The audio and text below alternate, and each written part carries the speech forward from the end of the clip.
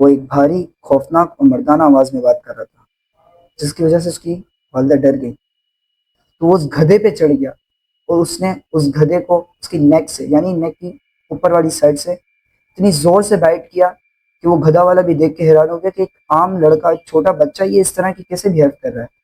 अस्सलाम वालेकुम दोस्तों, मेरा नाम है मुस्तफ़ा और मैं आपके लिए हॉरर स्टोरीज़ नरेट करता हूँ।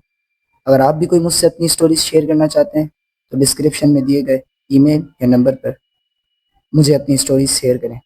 बहुत शुक्रिया। चलते हैं अपनी स्टोरी की तरफ।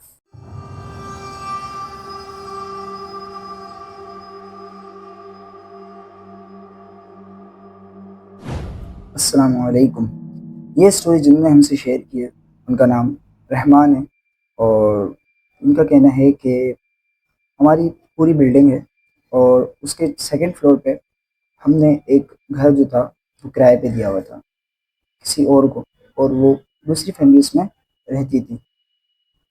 हुआ कुछ यूँ कि वो कहते हैं कि वो जो फैमिली थी उनके जो बच्चे थे उस पर एक जिन जो है वो उसने पजेस्ट किया हुआ था उस बच्चे को, एक ही बच्चे को।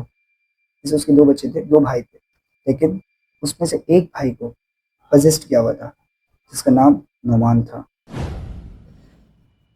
स्टोरी में कुछ यूँ है कि ये बच्चा एक मर्तबा अपने इलाके के करीब एक ग्राउंड में खेलने गया जिसका नाम ककरी ग्राउंड था, और वो वहाँ जाके जैसे नॉर्मल खेलते हैं वो वैसे ही खेलते थे। अब तो उस ग्राउंड को काफ़ी चेंज कर दिया गया और वो अब उसमें नॉर्मल पब्लिक भी नहीं आ सकती, लेकिन उससे पहले वो पब्लिक प्लेस थी और उस ग्राउंड में नॉर्मल लोग जाके अपनी क्रिकेट फुटबॉल्स वगैरह खेलते थे।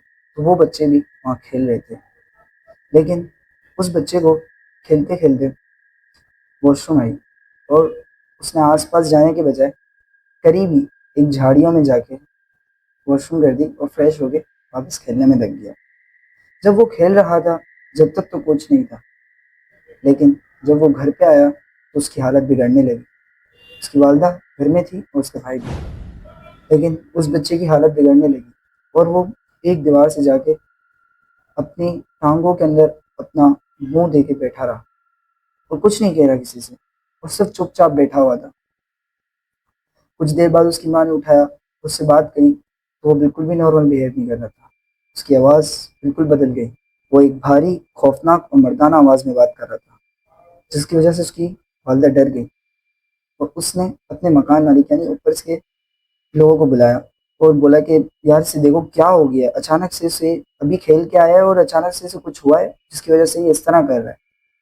तो ऊपर वो जो रहते थे, अब्दुल रहमान, कहते हैं कि हमारे हम 6 भाई थे, तो हम हमारे 2 भाई नीचे गए और उन्होंने जाके उस बच्चे को देखा। तो बच्चा अजीब सी ज़बान में ही बातें कर रहा था और उसने बातें करना शुरू की। वो कुछ अपने बारे में बताने लगा।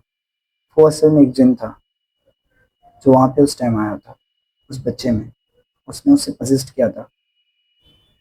वो बातें कर रहा था अपनी ही ज़बान में। जब उन्होंने बात करने की कोशिश की तो वो बात नहीं कर रहा और वो अपना ही कुछ बोले जा रहा है।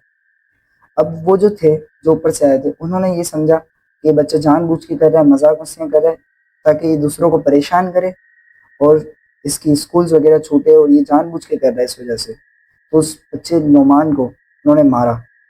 लेकिन जब मारने लगे तो एक बच्चा अगर एक बड़ा मारेगा तो वो मार खा लेगा, लेकिन वो बच्चा मार नहीं खा रहा था, उल्टा सामने से वो भी लड़ने के लिए आ गया और एक जैसे आम लड़के लड़ते हैं जैसे वो लड़ने लड़ने के लिए खड़ा हो गया। जब ये चीज़ देखी तो वो दूसरे भाई ने रोका। वो कहा कि यार इसका कोई और मामला लगता है, ये कोई नॉर्मल या बच्चा जानबूझ के नहीं कर रहा, क्योंकि नॉर्मल बच्चे इस तरह के नहीं बिहेव करते। ये कोई और मसला है तो तुम इसमें से मामले से बीच में से हट जाओ, कहीं तुम इससे कुछ करो और कहीं तुम्हारे साथ भी कोई मामला बिगड़ ना जाए। तो मौके की मुनासिबत देख के उस लड़के ने भी छोड़ दिया और फिर उस बच्चे का इलाज कराया गया। उसको बहुत सी जगहों पे दिखाया गया, लेकिन वो बच्चा रुक नहीं रहा था। उसके साथ वही होता और बहुत मारा मारी होती, घर में लड़ाई झगड़े अलग चल रहे थे। ये बच्चा अपनी ज़बान में बातें करता, किसी को डाँटता, किसी को क्या करता, और इस बच्चे की खुद की पूरी ज़िंदगी ख़राब होना शुरू हो गई। मतलब इसकी और फ्यूचर लाइफ कुछ बची नहीं। बहुत से पीर और आमिलों को भी दिखाया, लेकिन कोई फ़र्क नहीं पड़ रहा था। फिर किसी एक ने मशवरा दिया कि एक दूर जगह पे एक एक आमिल बैठते हैं, वो बहुत बेहतरीन अमल करते हैं। तो बताए हुए एड्रेस के हिसाब से वो जाने लगे और वो सब तैयार हो गए और ऊपर से वो एक लड़का भी था जो उनके साथ था एहतियातन, क्योंकि ऐसे लड़के को जब रोड पे लेके निकला जाए तो वो कुछ भी हो सकता है, तो इसलिए वो मकान मालिक का एक लड़का भी था, तो वो भी उसी रिक्शे में बैठा हुआ था। जब वो बैठा हुआ था तो उसकी हालत फिर भी वही थी, वो बच्चा अपना मुंह अपनी टांगों में दिए चुपचाप बैठा और बस आवाज़ें कर रहा था, जिससे वो भी डर रहा था, क्योंकि अब उसे पता चल चुका था कि ये कोई आम बात या आम मसला नहीं है।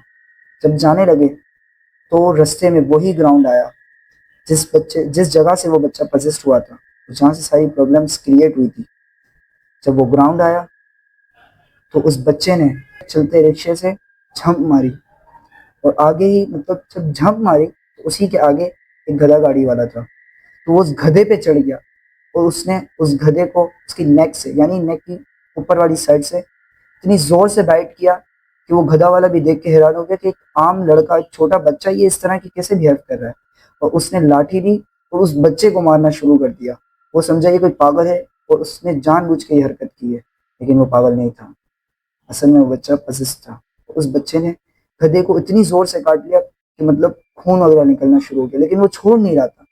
उसने बहुत उसको लाठी मारी लेकिन वो नहीं छोड़ रहा था। आखिर में इसको जैसे तैसे करके रिक्शा रुकवाया तो वो लड़का भी आया और उसने हटाया। जब हटाया तो उस गधे वाले ने कहा, यार ये क्या बच्चा है, इसने क्या किया मेरे गधे के साथ, ये बहुत नुकसान कर देगा, मेरा गधा मर सकता था इसमें। तो उसने बहुत समझाया और मामला रफा दफा कराया और माफ़ी वगैरह मांगी और चले गए।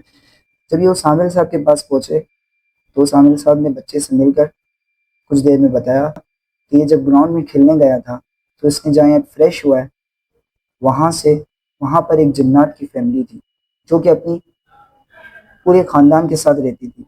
लेकिन ये जब वहाँ गया और उसने वहाँ पे वॉशरूम की, तो उस वजह से वो बहुत डिस्टर्ब हो गए और वो अपना बदला लेने के लिए अब उस बच्चे के पास आया है। फिर जब ये बात बताई तो उसकी वालदा वगैरह सब परेशान हो गए और आमिर साहब को कहा कि इससे कोई छुटकारे का हल बताएं। तो फिर आमिर साहब ने उस जिन से बात की और उस जिन से एक मुआहदा तय हुआ कि अब ना तुम इसे डिस्टर्ब करोगे और ना अब ये कोई ऐसी हरकत करेगा। और उस जिन से आमिर साहब ने माफ़ी वगैरह मांगी उस बच्चे के लिए, और उस जिन ने फिर एक वादा किया, लेकिन उसके लिए उसने एक शर्त रखी। उसने कहा कि एक मज़ार है, वहाँ जाकर इतनी नहीं इतनी देंगे, वहाँ जाकर सारी फ़कीरों को खिला दो। जिस पे वो फैमिली राज़ी हो गई और उनको राज़ी होना पड़ा, क्योंकि वो इस जिन की बात थी और वो उन्होंने माननी ही थी। ऐसा ही किया जैसा कि उस जिन ने कहा था। वो उसी दिन जाके उसी मज़ार पर जाके देग वगैरह उन्होंने बाँट दी और उसके बाद उस जिन ने भी अपने वादे के मुताबिक उस बच्चे को छोड़ दिया और आज तक वो बच्चा सही है। अल्लाह हमें इस तरह के मामलात से महफूज फरमाए। अपना और अपने घर वालों का ख्याल रखें। मिलते हैं किसी और नेक्स्ट इंटरेस्टिंग स्टोरी में। जब तक के लिए दीजिए इजाज़त। अल्लाह हाफ़िज़।